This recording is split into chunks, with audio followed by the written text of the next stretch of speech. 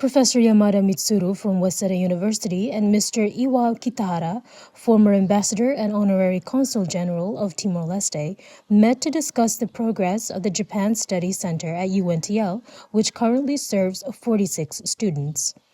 They expressed their commitment to continuing support for human development in Timor Leste even after their mission ends in June 2025. Plans include academic exchanges between Waseda University and UNTL and efforts to secure scholarships for Timorese students through partnerships with Japanese companies.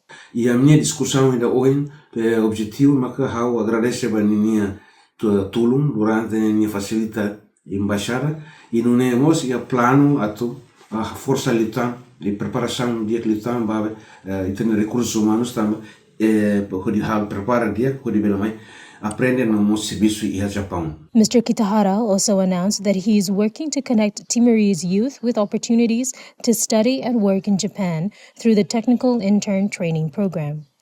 He confirmed that the OISCA program will expand next year by increasing the number of Timorese students receiving agricultural and Japanese language training in Fukuoka from 1 to 2, providing more chances for skills development abroad.